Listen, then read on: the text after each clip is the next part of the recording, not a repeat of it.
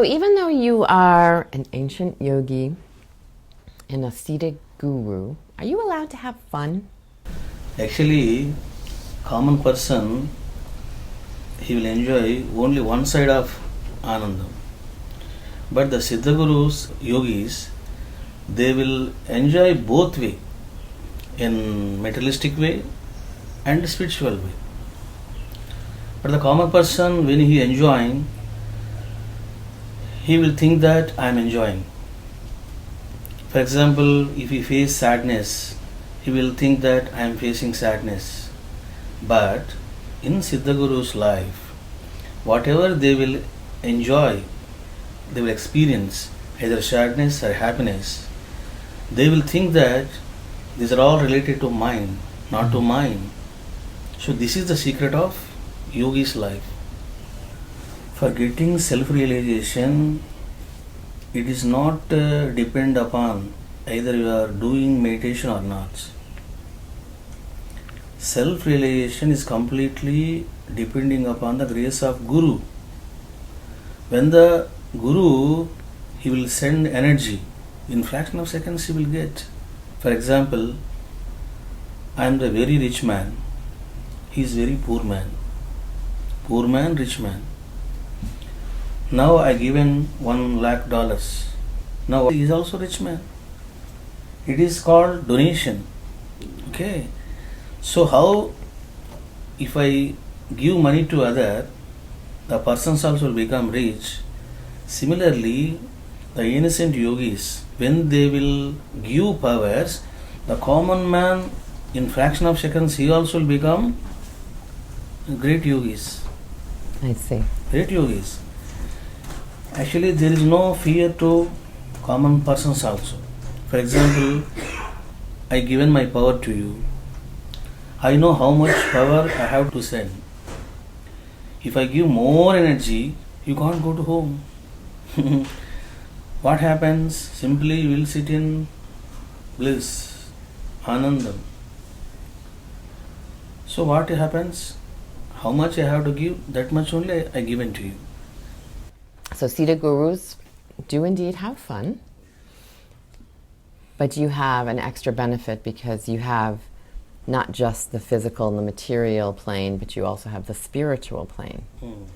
And you are aware that when you're enjoying life on the material plane, your spiritual plane allows you to detach from those enjoyments. So as a Siddha Guru and a self-realized person, are you allowed to drink? We're trying to get at, can you still live a life like a common person, enjoy the worldly pleasures? Actually, in Shaktipat Marg, in ancient yogis marg, there is no restrictions. If the Guru have capacity, he can drink poison also. Poison common man cannot drink. But the Siddha Gurus, they will take even poison also. You understood, no? And what I am saying, taking alcohol, eating meat, these are all, it is not depending upon the spirituality. If the person have interest, he can enjoy. If he don't have interest, he won't enjoy. That's all. I think so. Yeah. That's why what I am telling to the common persons also, whatever you have the private life, eating meat, taking alcohol, any enjoyment, you do whatever enjoyment you do. But at the same time, don't forget doing meditation. That is your private life. So I won't interfere in private life. You do whatever you want, but at the same time you have to do meditation.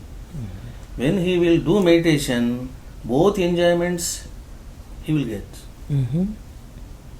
But so many gurus, they will teach, don't eat meat, don't take alcohol, don't see outside.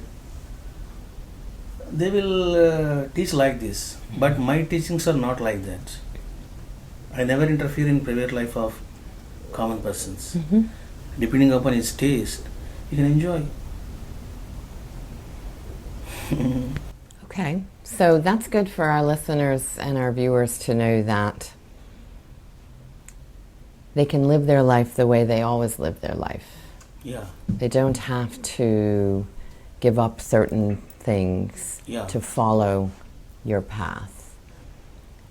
And so this makes this very practical and accessible for regular people who want to pursue a spiritual path, but they won't have to feel limited by giving up certain things that they enjoy. You do say, however, though, while you're enjoying your life, make meditation a part of your life. Yeah. And the meditation is the key to achieving that internal bliss. Yes. Okay. So you have a family, I believe. Can you tell us more about your family and what it was like for you before you became self-realized? You lived a pretty normal life? Before self-realization, just like common man, I am also having attachment to the family, Mohan family. But when I got self-realization, I understood what I am. I understood what is my real state. After that, I understood that how to live in this universe. We can't go beyond universe. I came to India to hear, this is also universe. So, in the universe, anybody should do his karmas. But he should do without attachment. Without attachment. For example, what happened in India, what happened in my family, this type of thinking, this type of sarrowness is called attachment. These type of thoughts you should not have. A family and being a guru, and is it possible for our viewers to be able to continue participating in their family life while still practicing meditation and trying to achieve a spiritual path? I am also having two daughters, Bhavani and Shivani. You are also having two children. Every man, he will show love on them. The people think that it is love. Actually, it is not love. It is moha. What is the difference between love and moha? Moha means illusion, maya. So when you know the difference between illusion and love and moha, he will catch that point. Oh, I am showing moha on the children, moha on the husband, moha on the universe. The love is completely related to God or Siddha Guru. Because love is God. Love is God. What is the meaning of that? I am crying about my daughter. You are crying about your daughter. What is that? It is called moha. If I cry for universe, it is called divine love. Okay. You understood moha? I think so. When we are attached to our family and we think we are loving them, it's not really love. It's not divine love. It's illusion. Yeah. But when we connect with the divine through meditation, for example, and we are channeling that love onto the universe, and that truly is the definition of love. Maybe let's make this a little more tangible. So for a new meditation student, how does meditation help benefit them in terms of their, what does it mean to achieve divine love in meditation or connect with divine love in meditation? See, ancient yogis, what their message is, enjoy the universe also. They won't say, don't enjoy universe. They will say, enjoy universe, but you know how to enjoy. How to Enjoy. The people are enjoying, but they don't know how to enjoy. Yogastha kurukarmani sangatvam tektva. This is the sloka of Bhagavad Gita. Yogastha kurukarmani sangam tektva. Do karmas without attachment. Do karma without attachment. For example, you came for my darshan. Why you came? If you ask your mind, if I go to Maharshi, he will tell something about God. I can able to do meditation. I will get concentration of mind. These type of thoughts is called divine love. Can anyone access divine love? It is possible, but you have to work hard. You can say, why I have to interview from Maharshi?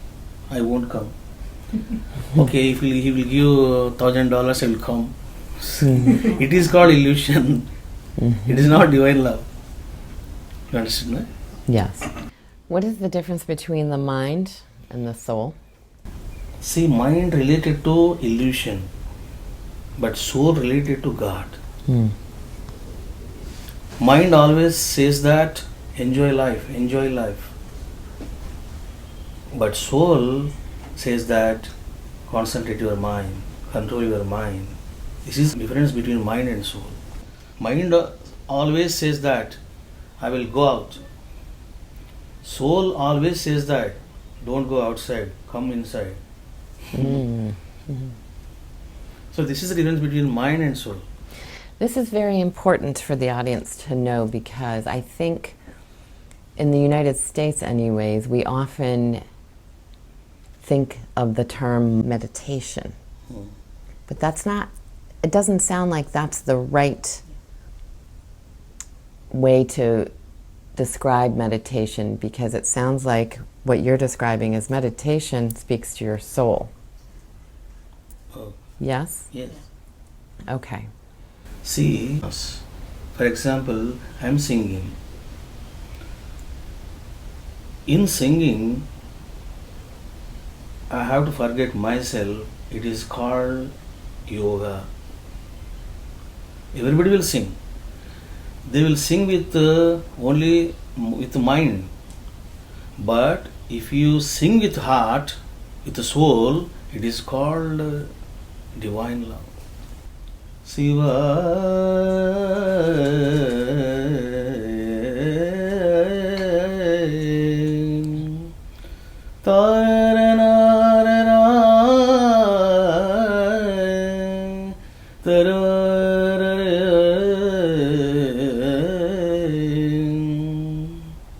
through singing, I have to forget myself.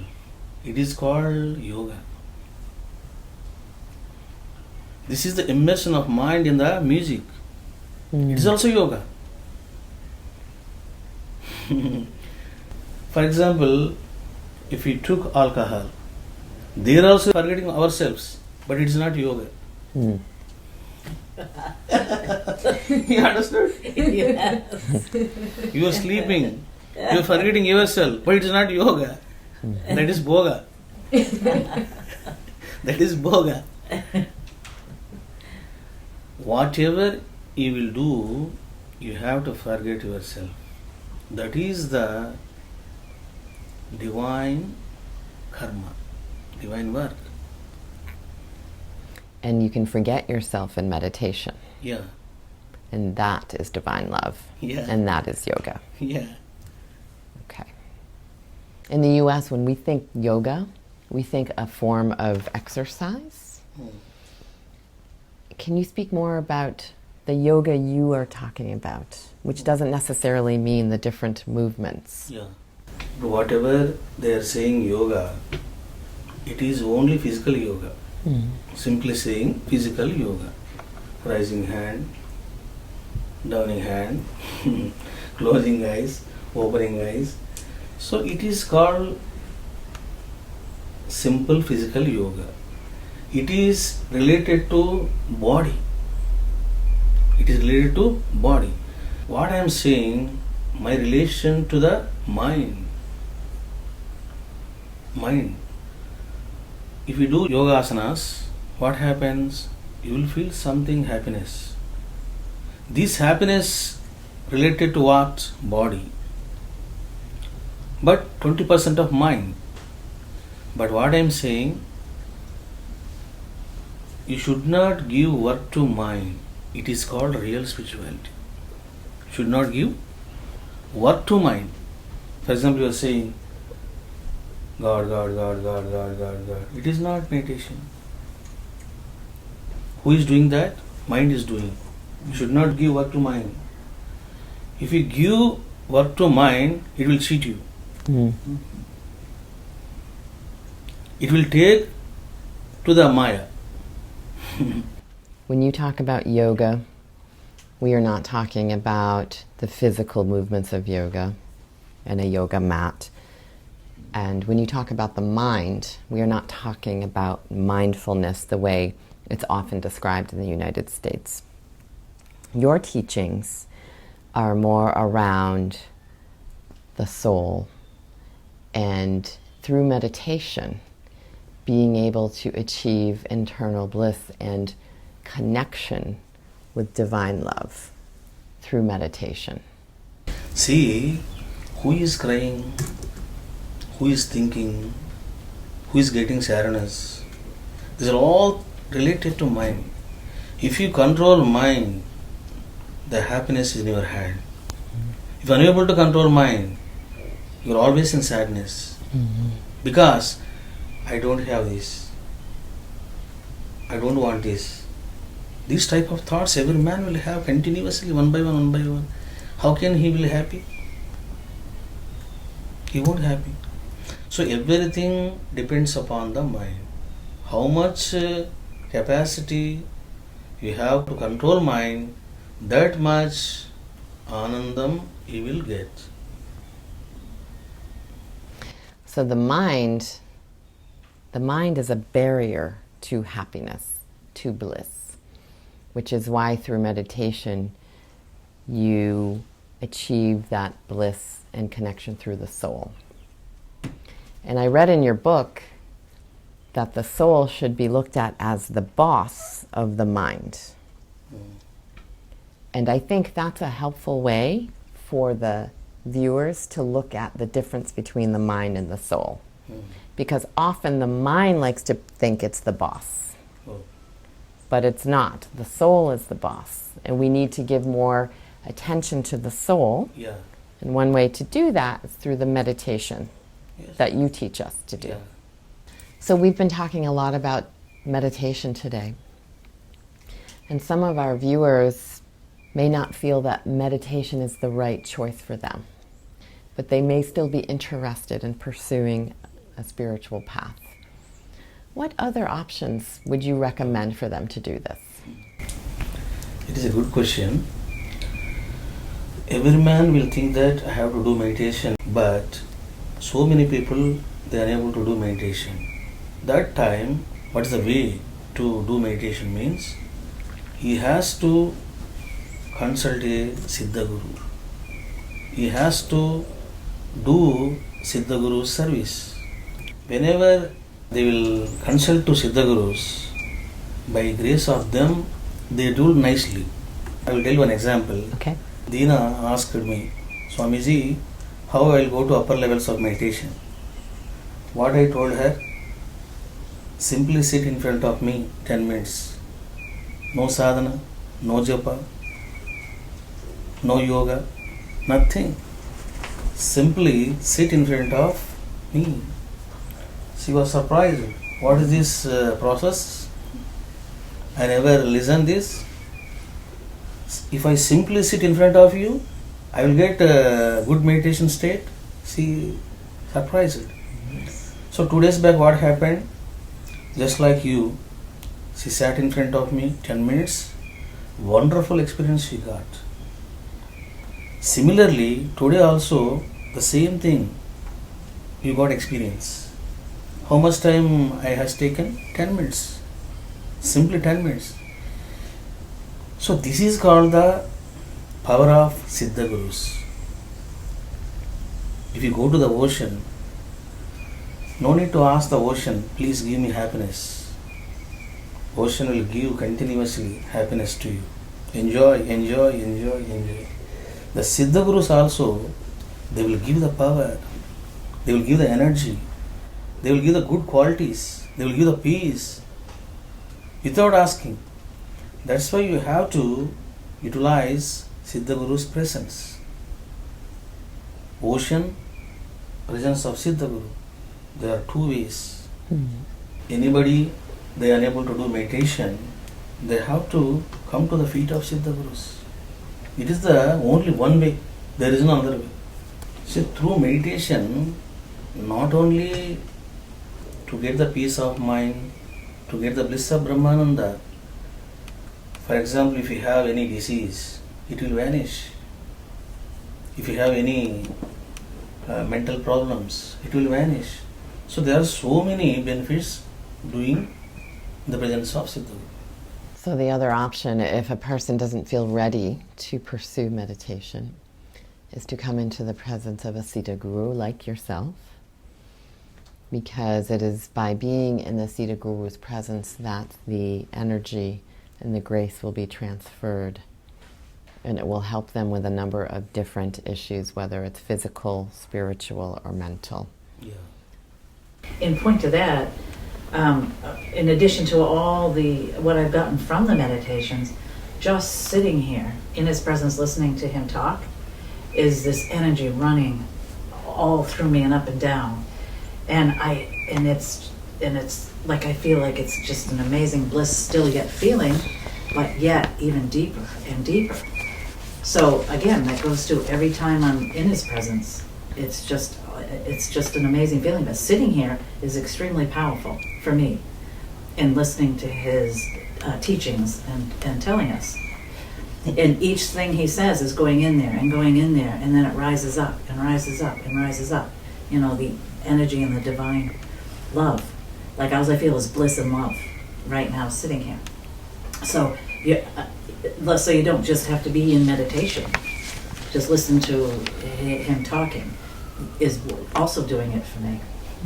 So to echo what Dina said today, I also had a similar feeling when I came into your presence. And I had heard from Chandra that this was possible, but of course I wondered, well, I don't know if that'll happen to me because I'm so new and I don't know much about meditation. And clearly it doesn't matter if you know anything about meditation.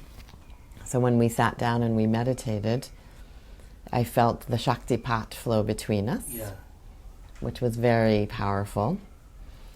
And like Dina, I had a feeling of peace and calm from top to bottom washed through me.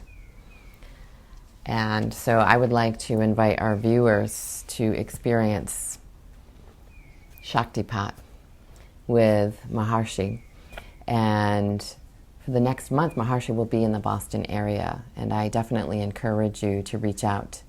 He is available for sessions so that you can see for yourself how you can benefit from being in the presence of a Siddha Guru, and perhaps help you find your inner journey to divine love and bliss.